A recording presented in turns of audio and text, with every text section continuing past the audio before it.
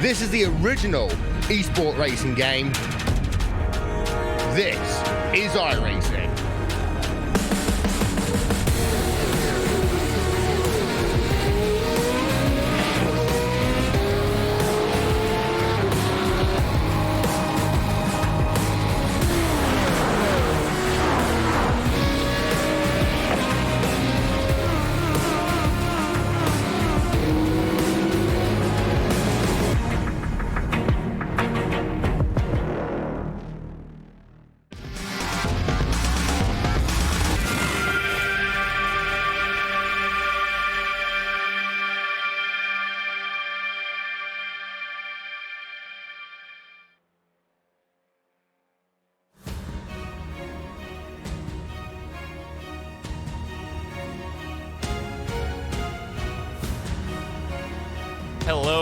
Hello everyone, and welcome back to yet another Race Sport TV Friday Prime Time. And for this season, we're going to be looking at the IMSA Michelin Pilot Challenge, the new Audi TCR car here on iRacing, taking center stage here for 12 weeks of racing. We are on week number 2 here at a small place in Cheshire called Oulton Park. There we go. There's the schedule up on screen for you now. We had a fantastic race last week at WeatherTech Raceway Laguna Seca, but now we take some good old, maybe some British TCR car racing here at Oulton Park, and then next week we're going to be heading on to Road America. The rest of the schedule is as detailed there, all culminating in a finale at the Phillip Island Circuit November 29th. But with all of that out of the way, we've got a very special little hot lap here, a track guide put together by Martin Cronke, and Paul, my co-commentator, will take you through it. So here we go then, Mike Cronke, start of his lap here, out of the final corner at Lodge, across the line. You want to keep the car over to the left-hand side here, ready for Old Hall Corner. Late onto the brakes, look for quite a late apex here. The corner then just opens up on the exit. Get on the power, and now downhill through the right, but you want to keep the car to the right as much as possible for Cascades. The sweeping left-hander, 4th gear corner, take as much of that inside curb as possible. Don't run out too wide on the outside because you will get an off-track penalty. Then up over the little rises onto the brakes. You can see how the car gets unsettled into the island hairpin. This is where you cut through on the full-length track. Now up over Hilltop once again, and we're heading down towards the braking zone for Hislops, the chicane. You're going to be braking just past the 100 metre board, onto the brakes hard for the right, and then the left at Hislops. And then Knickerbrook, the right-hander, 4th gear. Get the power on nice and early. Run up over the curb before you head up into Clay Hill. This left-hander here is Clay Hill. And then we're in towards a double apex right-hander at Druids. You want to get both apexes just nicely. It's important to carry the speed on the exit of Druids. The track rises up and it wants to push the car out to the outside before hitting the brakes hard for Lodge Corner. 3rd gear in this car. Hook the curb nicely before you head on through Deer Leap, and that is a fast and frenetic lap on board with Martin Cronke. Of course, you can find the full lap and full tutorial at the virtualracingschool.com. Thank you very much to those guys for providing us with that track guide to show here on the broadcast this evening. Meanwhile, out there on circuit, you do have the very end of qualifying going on right now. Provisionally, it's Colin Klopman taking pole position, but just as I say that, it all changes. Nebelset gets himself to that provisional pole position as the rest of these second laps file their way through. Still going to be a while before we get ourselves green flag racing here, around about 2 minutes before that one happens. Adecopa Lopez gets himself up into P2 provisionally here, and well, Paul, your pole sitter for now is the only driver in that 126 mark. Yeah, absolutely. That's a really good lap from Adecopa Lopez. I used to race against him in a touring car league, so he's a man who knows touring cars. That's the track and the conditions. Not the hottest of track conditions here, so these drivers are going to enjoy that.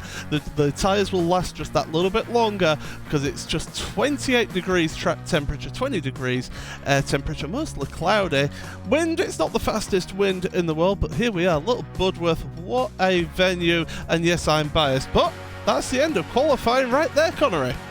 Yep, everyone being able to set a lap, so qualifying ends just a little bit earlier. So here is your starting grid for this week's edition of Racesport TV Friday Primetime. Cedric Nebelzek in pole position. Arico Balupes starting on that front row as well, with Cohen Klopman and Simon Povey bringing things down to P4. Dominic Olivier there in P5 with David Perez in P6, with Tim Graven and Lewis Goodway bringing things down to P8 on the starting grid. Brandon Hawkin will start in P9 with Jorm Dalmesis Torres in P10, and then you cycle towards the bottom half of your field here. Ariel Bernardi starts P11 with Jorge Augusto in P12. Corendon Guinness there in P13 with Aldo Massa in P14. Nicholas Short will start 15th with Anthony Catt and Jake Johansson rounding out your 17-car grid here today. Those guys will get themselves stacked up behind that Porsche 911 Cup car pace car. There's the great view of your, well, second place starter right now, Adecopa Lopez, Club Iberia. Of course, it's been a while since we've seen Adecopa Lopez here on a Racesport TV broadcast, and you can say that for a good couple of names up and down the field. It's Cohen Klopman, also one of them, Paul. Yeah, absolutely. There's your pole sitter in the Rennsport Online car, and well, these drivers getting ready for an intense, 20. We say half an hour race here, but these drivers, they're going to be pushing hard. There's only a short lap around, short warm-up lap, should I say? Burnouts. Yeah, absolutely. They're trying to get as much heat as possible into their tyres here so that they can get those tyres up to temperature, use the brakes as well, try and get some heat dissipated through the brakes and the wheel hubs there. So definitely these drivers, they're going to be pushing hard all the way through this race. Half an hour race as always. Yeah, absolutely. Just technically two more corners to go, because you have Lodge Corner and the Deal Leap before you get yourself towards that start-finish line then. And, well, just in a couple of moments' time, we'll see that Porsche 911 Cup car dive itself down on towards the safety of pit lane. Field will then be under the control of Cedric Nebelzek. A very quick green flag, very quick on the throttle here. We are racing here for week 2 in the IMSA Michelin Pilot Challenge with these Audi TCR cars. Then down in towards turn number 1. Big stack up there for your front couple of positions. There's been a little bit of bumper barging, door rubbing all the way further back. No one falling foul to a spin early on at this stage though. So we are clear then, coming down in towards Cascades then for the first time. Nebelzek still leads from Adecopa Lopez, from Cohen Klopman. Is a little bit of a fracas behind though. That's Graven and Simon Povey looking to get involved with each other then down in towards the island's hairpin, and that's Povey actually attempting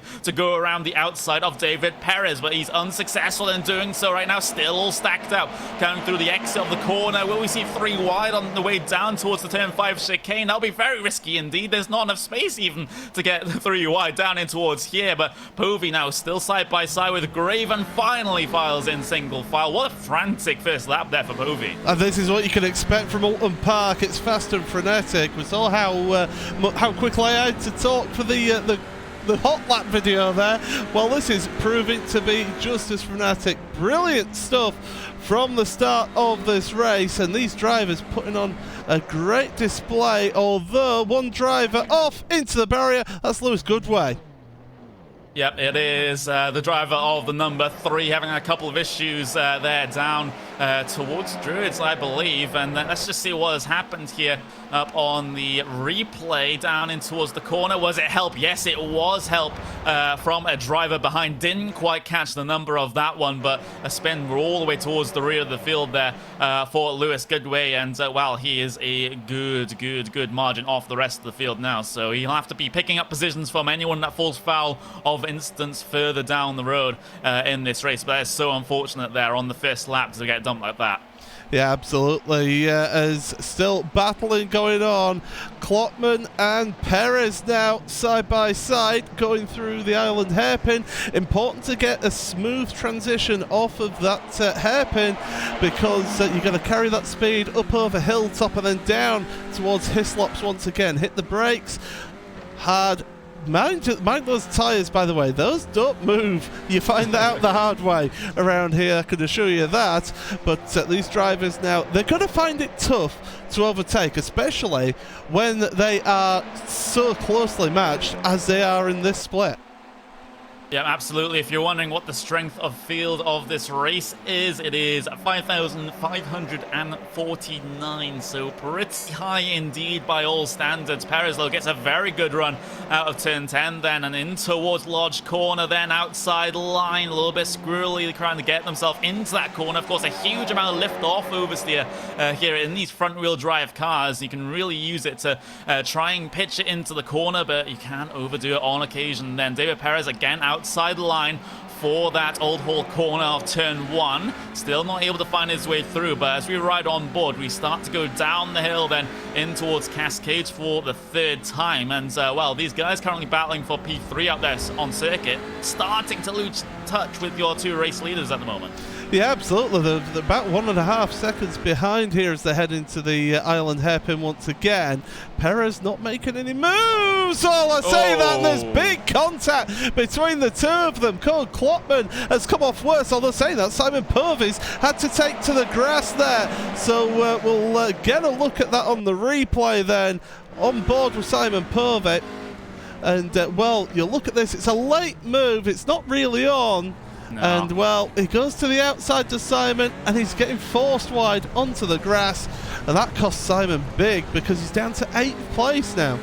Yeah, I think Perez just saw the car ahead of him and just pushed a little bit wide, thinking then that maybe an opportunity on the inside will open up, and decided to go for it, but no such opportunity was given. There was nowhere near a car's width of space on the inside there to be able to make that one work. So at least for me, that one's all on Perez. That has caused a little bit of concern for a good couple of drivers behind. You did mention Cohen Klopman got a piece of that one as well, but he still seems to be holding relatively strong right now, albeit a good down a couple of positions. He sits in P6 right now after starting in 3rd place, but those are your two race leaders up on screen for you now. That's Nebelzek and Adecoba Lopez. These guys have been stuck together like glue for the first 4 laps of this race so far, and well, with about 0.3 of a second between them at this moment in time, Adecoba Lopez not really letting your Team RSO leader get away a little bit, and well, that was Nebelzek just a slight bit of outbraking himself in towards the island hairpin that time, allowed Coba Lopez to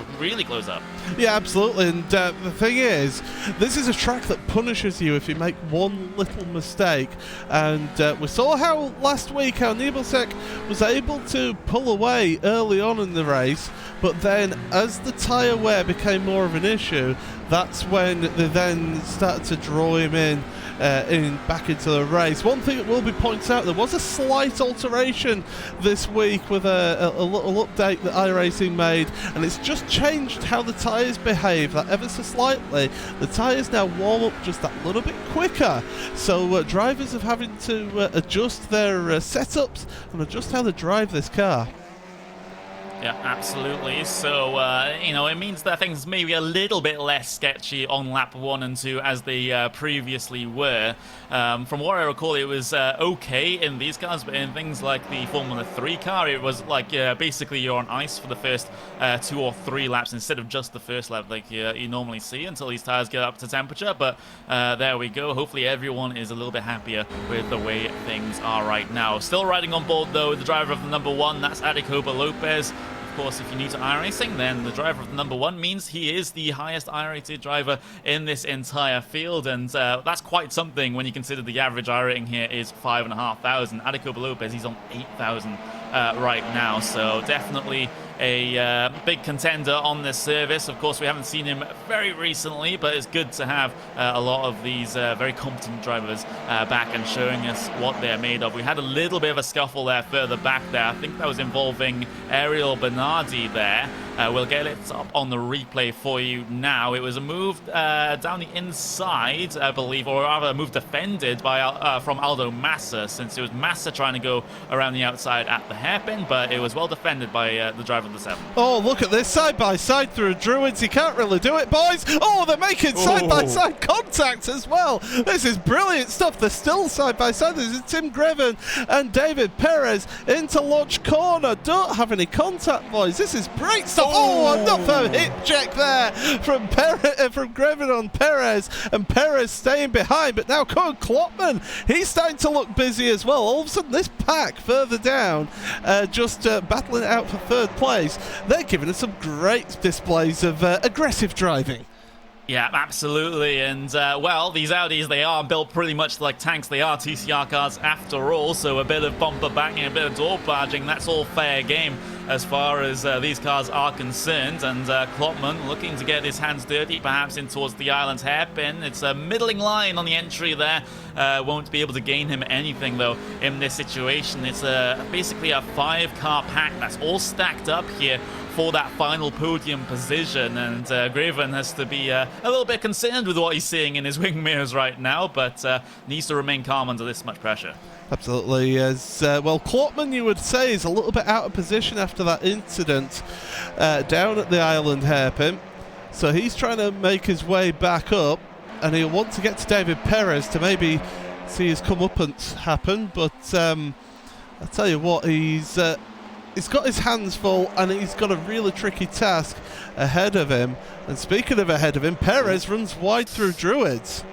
Yeah, and might put him under threat from Olivier then down the inside at Lodge. There's a car's width of space to work with there. He hasn't exactly got himself quite alongside just yet, and now he comes under threat himself from Klopman behind on a little bit of a recovery drive after contact with another driver in the early part of this race. He's going to get squeezed out there. There's a bit of contact there coming up through turn 1. Up and under move then for Klopman available on the way down towards Cascades. It is the outside line coming through the left-hander then, and well, Olivier's gone very, very deep. Here comes the driver of Hawkin now down the inside of Klopman. So just as Klopman was looking to gain a position, he loses one. Yeah, and Brendan Hawkin, we saw how well he did in the second half of the race last week. They're still battling out. There's still bumper bashing going on in the hairpin. They're all coming together and they're slowing each other down by tripping over each other. This is not what you want to be doing. You want to be working together to a degree to not lose the guys in front of you, and that's exactly what they're losing. They're just losing that little bit of touch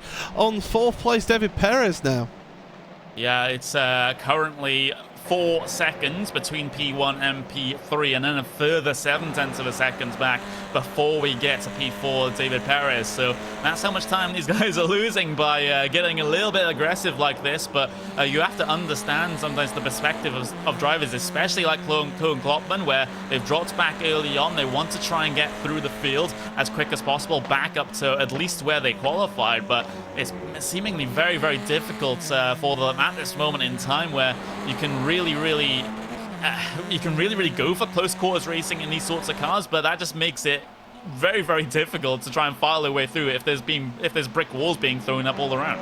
Absolutely. I mean, this track is the perfect track to be able to defend around, and it's such a difficult track to overtake, especially with these wide cars, because they are quite wide cars, are these TCR cars. Here's the move from Hawkin then. He's looking to the outside. You don't always want to be in that position in the island hairpin, though, because you're on the outside, you got the wider line, and that opens up Cohen Klopman to be able to make a move, and you get picked up that little bit of dirty line offline there. So we're almost at the halfway point of this race already, Connery. This is brilliant stuff so far. Okay, there's not too much overtaking, but it's really close, hard-fought racing here. Yeah, and I get the feeling it'll get even closer as soon as as soon as this race draws to a close and these battles are still stuck together. Maybe we will see a little bit more desperation come out from a couple of drivers down your field. But riding on board then with Brandon the Hawk, and he's a driver that has made up a good couple of positions early on. He's up 3 positions from where he qualified. He's qualified in 9th. He's up into 6th place now. You can see those lap time deltas all very much green when you compare him to Dominic Olivier. So he is very much catching, and well, he's been, as I said, the driver that's been making moves here early on in the race. But one more, it shouldn't be too difficult, but you've already described how difficult it is to, how easy it is even to defend here, so maybe Olivier will pull up more of a fight. I mean, this is it. If you defend into the island hairpin, that is the prime overtaking spot right there, is the island hairpin. It is very difficult to make any moves elsewhere. You can make them down into the Hislop chicane, and you can make moves into Lodge Corner as well, as your two leaders are pretty close to, not the two leaders, but third and fourth are pretty close together as well. So, you know, the moves can happen, and you can make those moves, but like down into the chicane here, you've got to be up alongside the other car on the entry to the braking zone of the Hislop chicane.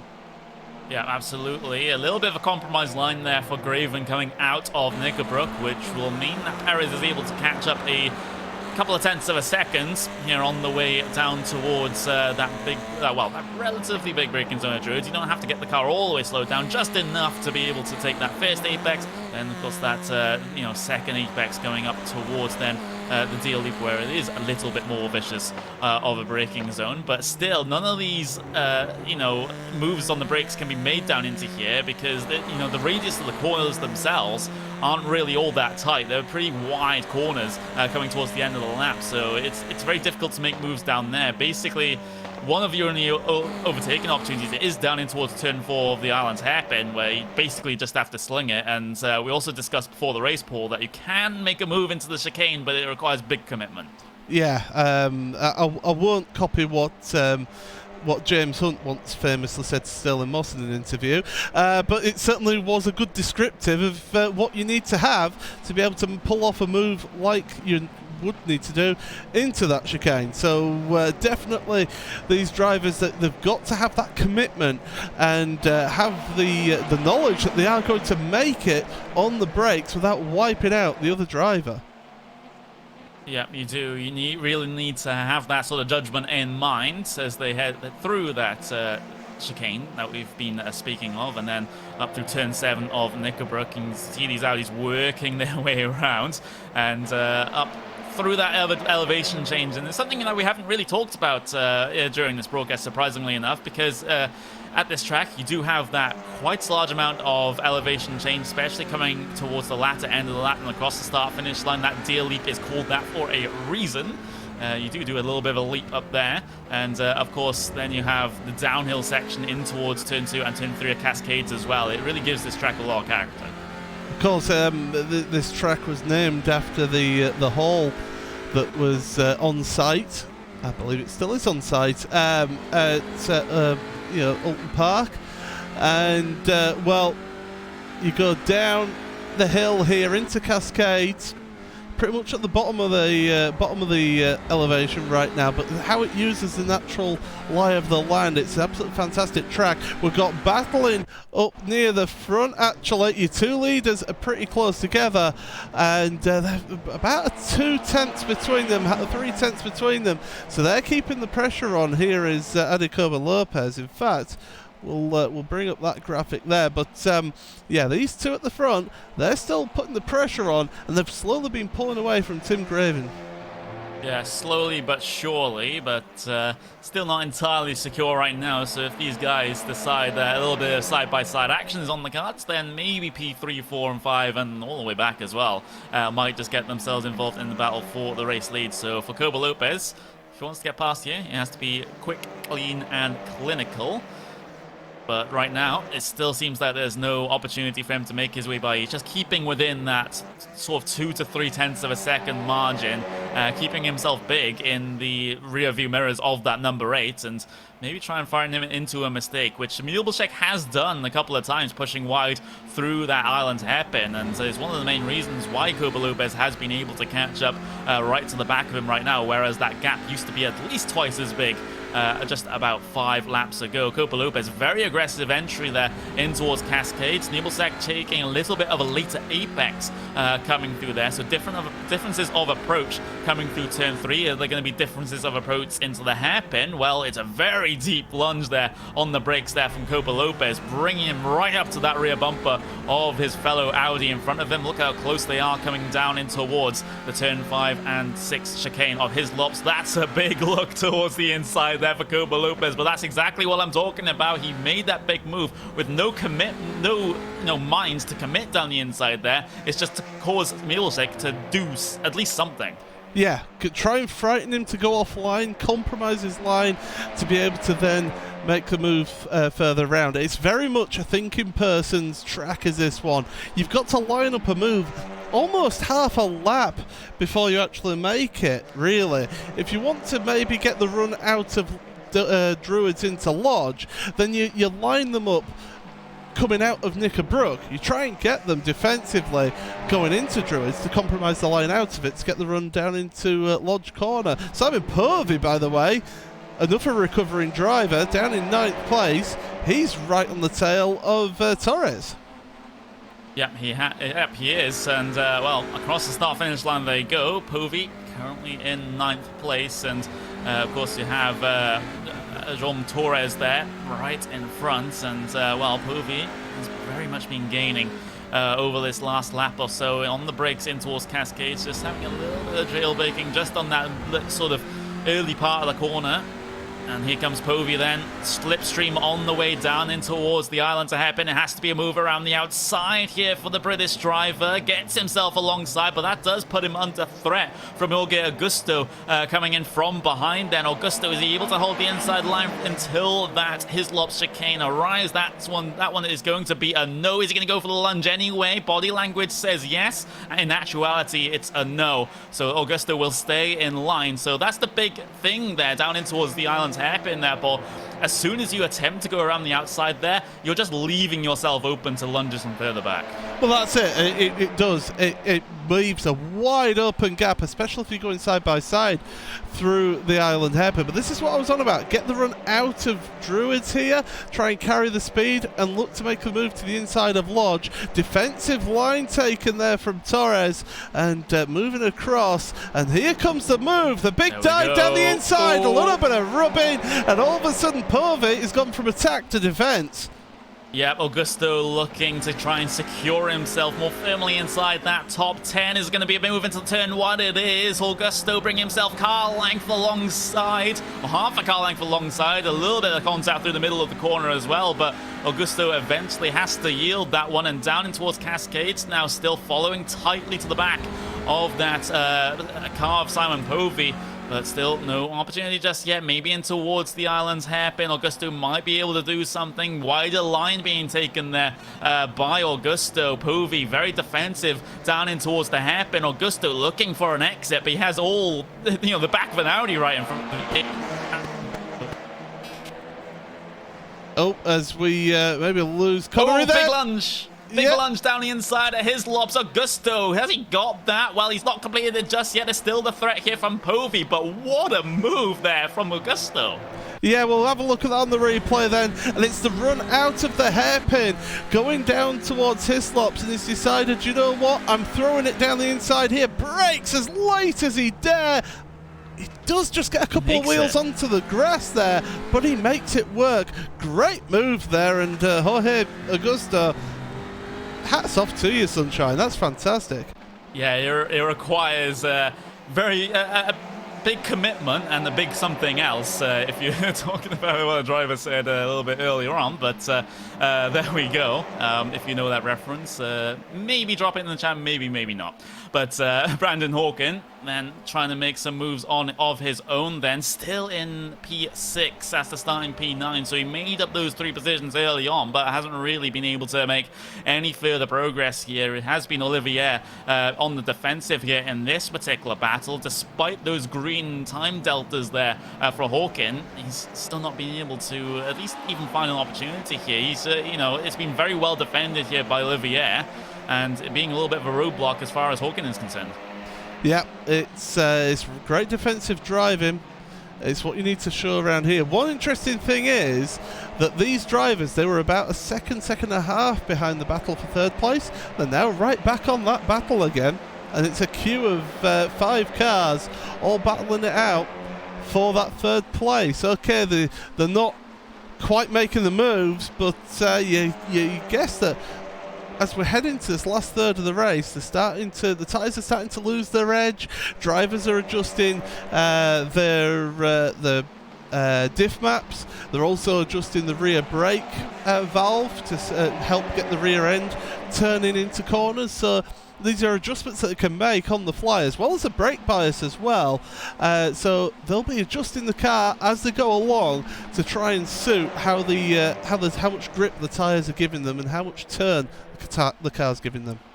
Yeah, of course, a multitude of in-car adjustments available on these cars, and that is the same with a good couple of cars in iRacing. Of course, you have the standard brake bias setting that you get on most cars, but these cars also have a multitude of other changes that you just described to try and get them in more of a working order, especially coming towards the latter portion of this race as those tires start to get a little bit too much heat in them sometimes, and of course start to wear away as well. 7 minutes left remaining in this race. Next time across the line, it'll be 5 laps. Battle side by side for the back in the field, though. That's Bernardi on the inside versus Simon Povey. So Bernardi, he's got himself the position complete. Well, down in towards the Hislop chicane, and that's the second time we've seen that one today. So there was a mistake from Torres, the number 10 car. That's what started this all. Simon Povey tried to take advantage of it, and he loses out at the island hairpin again, and that's what gives the opportunity to that number 7 car, Bernardi, to be able to go down the inside into the chicane. That's another position lost for Simon Povey. He's gone backwards in this race. Not everything through his fault, mind you. Well, at least on the live pictures, he's attempting to go around the outside of Bernardi, coming through the last couple of corners of the lap, but he's unsuccessful in doing so for now. Across the line they all go, so that's about the 5 laps remaining mark there by my calculations in this one. Bernardi trying to make a little bit further progress here, because he has Dalmas's Torres in front of him, and Torres has had not the greatest of couple of laps, and now he's finding a lot of Audis right on his back bumper right now. And Bernardi, is he going to go for the lunge here? Maybe outside line in towards the island's hairpin? No, he's not quite going to. Forces Torres to go defensive into there. Has to check up to prevent running into the back of him. Looks for the run off the island's hairpin, and Bernardi's got a very, very good one. Dalmas's Torres trying to squeeze him out on the right-hand side of the racetrack. Bernardi has to go back towards the left. Outside line for the first apex of his lobs then. Has to file in behind. Look how close. He's basically pushing him through the chicane here is Bernardi. And now through Nickelbrook again, another little bit of a shove through the middle of the corner. Get a move on, Torres, he's saying. We've lost Aldo Massa. He was battling outside by side with Povey, and that hasn't worked out for him, so we've lost Massa from this race. Bernardi. Oh, look at that through Druids. He's trying everything he can to make his way through. It's not working, and he's getting a little bit more impatient as time runs out. Yeah, just 5 minutes left in this race. Bernardi, he's going to have a good run out of the final corner. Up over the deal leap they will go. Dalmas's Torres, he's lost a lot of speed here coming across the pit straight. Still able to make it side by side then in towards turn 1. Deep on the brakes on the outside goes Bernardi. He makes the exit curb, almost gets crowded off the circuit. They both rejoin safely. Still side by side coming down through the first sector. A little bit of door rubbing down in towards Cascade. Bernardi, he has to file in behind, but still has a lot of speed. Look at that mid-corner speed, brings it back up to the bumper, and now the island's hairpin is the next place you'll have to look to see these guys battling side by side. Outside line for Bernardi. Is he looking to look for the cutback? No, he's going to look to commit around the outside here. Still very close off the corner, but look at the launch he's got off the hairpin. That is so impressive for the driver, the number 7. He might be able to get this one done in towards the Hislop chicane. On the brakes they go. A little bit of a tap coming down in the entry, but there's Bernardi through. That was classic. Brilliant work from the island hairpin to get the run out the corner and then to get the move done up over Hilltop down into the Hislop chicane. Great stuff. A little bit of a hit check. I thought they were getting a little bit heated there, but certainly putting the pressure on. That's been where the excitement's been. I mean, this has not been exciting for the battle for third place, but they've not really been making any moves up here. So, you know, time's running out. 3.5 minutes remaining in this race. Some of these drivers need to be making some moves. Gap at the front, by the way, is almost half a second between your two race leaders. So these two, look at that last lap, exactly the Identical. same on the last lap. That tells you how closely matched Novelsic and Koba Lopez is. both drivers setting a 1:27.447 on that previous lap. Someone's gone off there. That's Cohen Klopman directly into the side there of Olivier down at the island's hairpin. We'll have to get another look to see how that one happened. It's a simple case of, at least from my view of this incident, Klopman getting 2 tires onto the grass on the entry towards the island's hairpin. And straight into the side of Olivier he goes. Well, here we go. We'll get a look at this then. He's gone from one side. There's the rear wheel onto the grass, and there's nothing that he can do. Oh, that was a heavy, heavy hit on the number 5 car of Olivier. Klopman and Olivier pull away. Klopman realizes what he's done. He lets Olivier back. That's good driving from Cohen to be able to let that driver back through, but a huge mistake there, and that just shows how much of a tank these cars are, because it's only caused a little dent in the front left of Klopman's car. Yeah, they're built to a rigorous motorsport engineering standards, you know, because the front doesn't fall off on these cars. But I'll leave that one to rest now. But Adecopa Lopez back towards your race lead, though. You can see him up on the screen for you now, and, well, looking to try and gain every single 10th of a second possible over Nebelschik. And well, you know, if we look back to the previous race where Nebelschik was very, very strong early on in the race, but dropped off as soon as those, you know, the latter half of the race happened. But now on towards the penultimate lap right now, he's still looking relatively strong as your race leader at this stage. So whatever setup or driving style issue that he had in race number 1 of this season, seems like he's sorted it all out here for race number 2. Copa Lopez, though, looking very, very strong indeed, and now he might just have a chance here coming towards the final lap of the race. Copa Lopez, he'll basically only have just a couple of opportunities to do it here on the final lap. Yeah, but he's getting closer here. That's what he needs to do. He needs to take his opportunity and take it soon, because, as you mentioned, time is running out. Runs a little bit wide through Druids. That's going to compromise his line down here. He's looking to the inside, trying to get big in the mirrors of that car in front. Your race leader, he's led all the way through this race, and he's got one more lap to do it.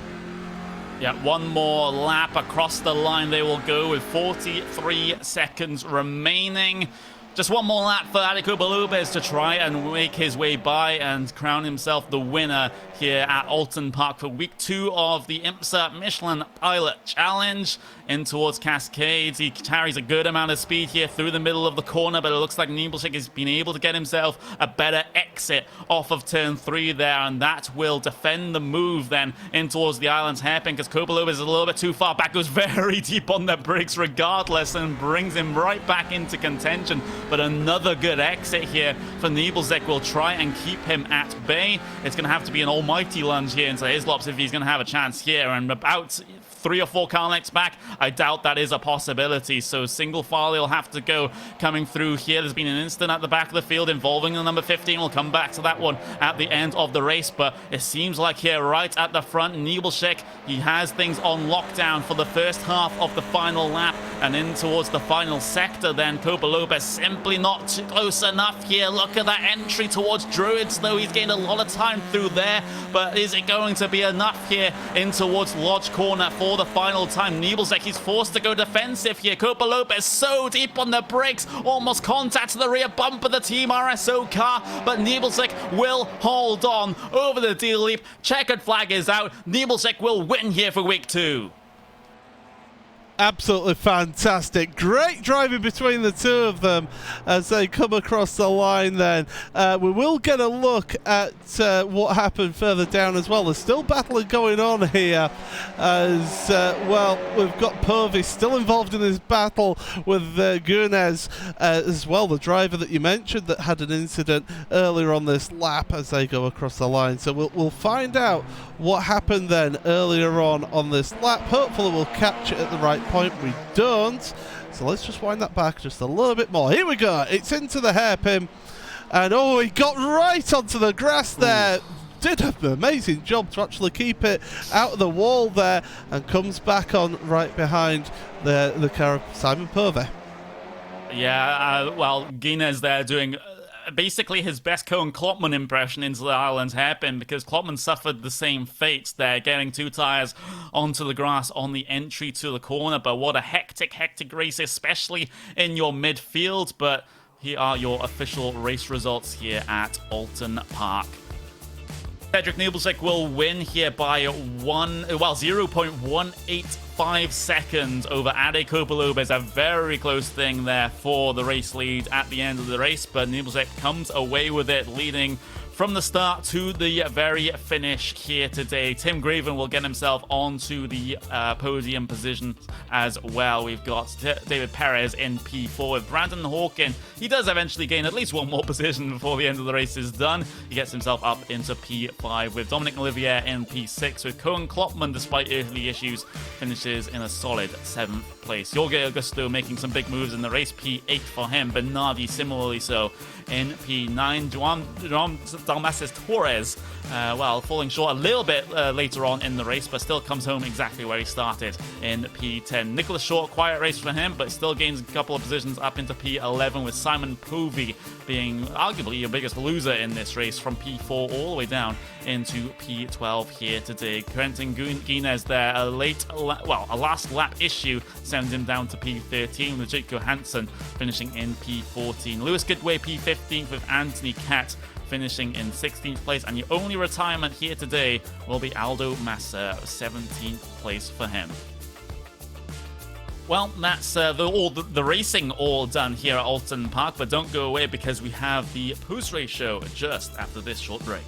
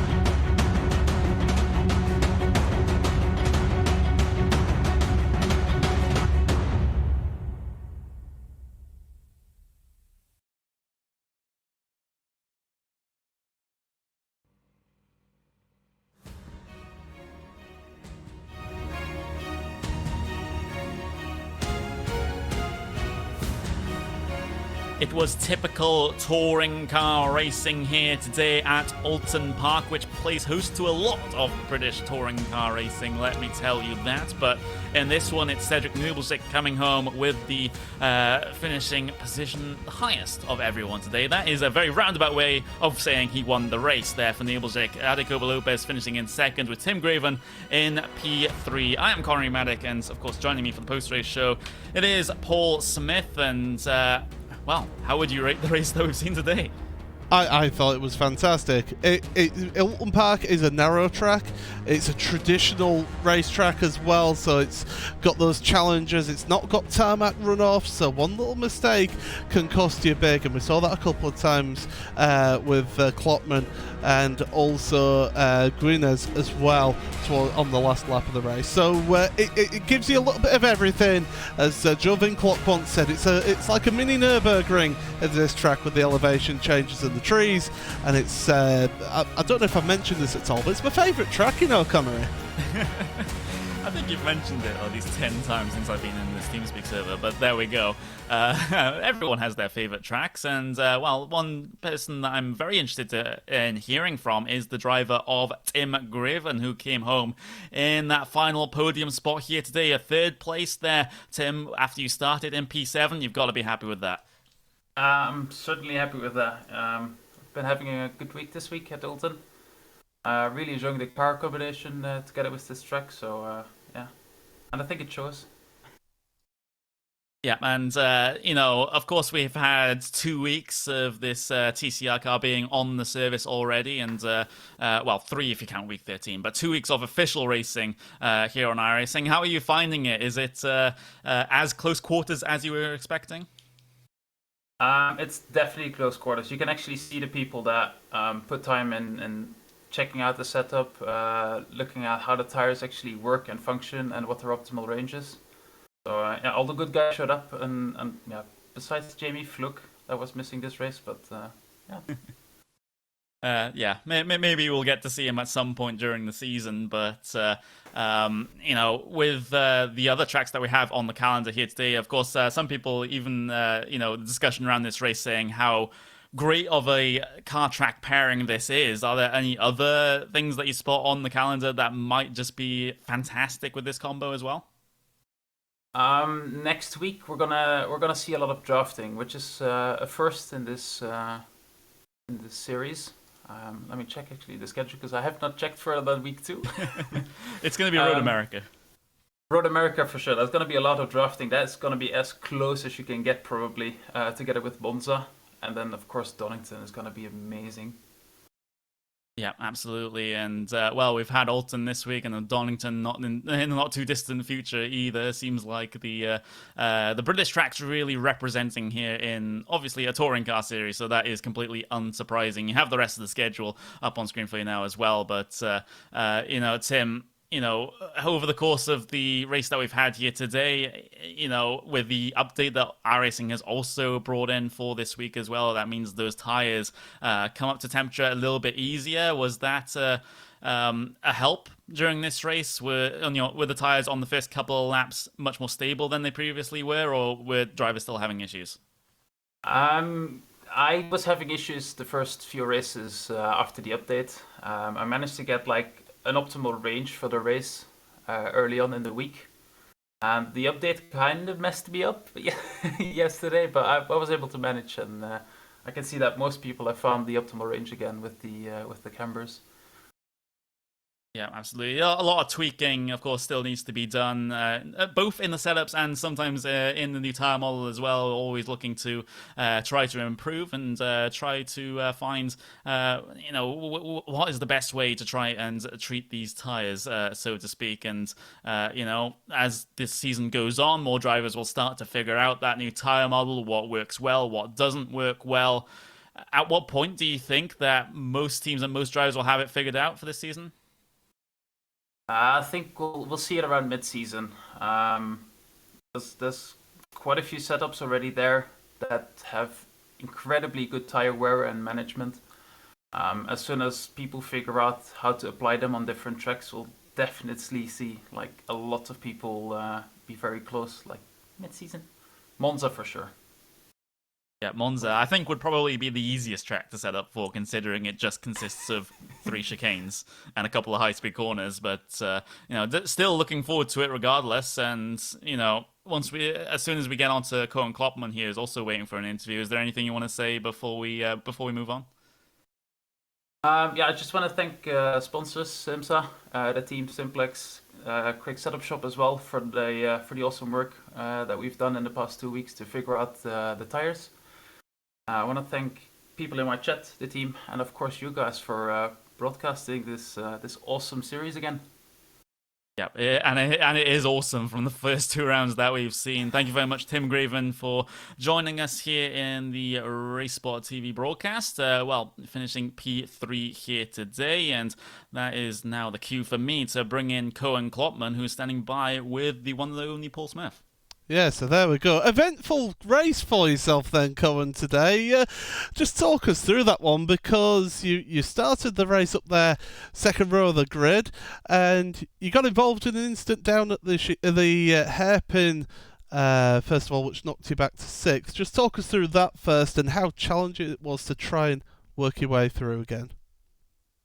Well, I started this race with good hopes, but in qualifying it actually already went wrong, because I had the potential for a 26.8, but I got a big slide in the final corner, which lost me 2 tenths, so I could have been on the front row, but yeah, who knows. That first incident was really unlucky. I wasn't expecting I think Perez it was, to get to the inside and just tap me. I was a bit disappointed in that, but yeah, things happen like that. Absolutely, yeah. It's when you've especially got such close racing as you get around this track, then those types of incidents can unfortunately happen. But then we saw you were in that pack, you were in that group of cars, all trying to progress forward, and then you had a big moment again down at the hairpin, getting a wheel onto the grass. Was that just a case of shut your eyes and hope you hit nobody?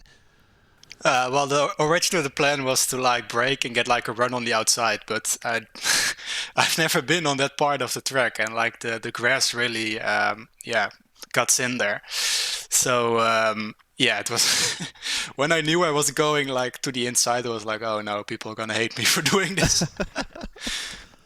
But yeah, I apologized, and the guys were really they could understand. So. Well, that's it, and we saw that you immediately, once you got up to speed, up over Hilltop, you backed off, let Olivier back through as well. So, you know, it's only fair to do a move like that. And the thing is, the car, I mean, visually didn't look to have any damage. Did it do anything to how the car felt with that sort of knock? 'Cause it was a heavy hit, was that? Well, this car is a tank. It's really built like, I don't know where they build these things or how they build these things, but I mean it's German engineering, so it must be solid.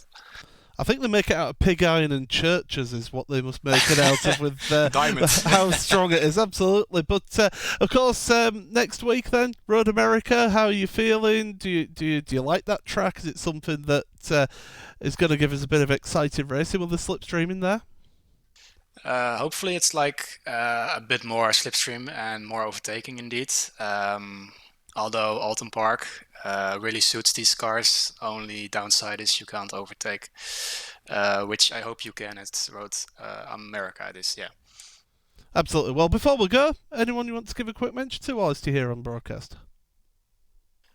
Not really, actually. Don't have any sponsors or anything, so... We should get you some sponsors. How about Racespot TV? Get our logo on the car. I want to thank you guys for broadcasting this. It's always good fun watching these back. So thanks for that. Not a problem, Cohen, and all the best for for next week. Thank you. Well, there we go, and long time no see there, Cohen, because we haven't seen you on a Racespot broadcast in a while. At least I haven't, and we'll probably will maybe when Neo starts back up. No. Ah, that's unfortunate. But there we go. Nice to see you again anyway. And, nice recovery drive in this particular race to get yourself back up to P7. So thank you very much for joining us. But that is all that we're going to have time for here on Racespot TV and on the iRacing Esports Network. But before we go, I do have to say that tomorrow is going to be a very special day for us, because we are going to be broadcasting a show race of the Porsche Esports Super Cup live from the International Auto Show at Frankfurt as part of the Porsche booth. There's 6 drivers from the Porsche Esports Super Cup competing in LAN environment. Everyone else from the Porsche Esports Super Cup competing from home as well. A fantastic display of what's on offer here in the top tier of racing on the iRacing service. So definitely tune in for that one. That's going to be early on in the morning here if you're European, at least around about 8 a.m. GMT. And well, that's going to be free practice 1 start, and then you have practice, qualifying, and then the race at 3 p.m. GMT. So it's a very full day of racing tomorrow. I will be there. Paul will be there. And of course, we'll be joined by Jonathan Simone as well. So join us tomorrow for that. Goodbye.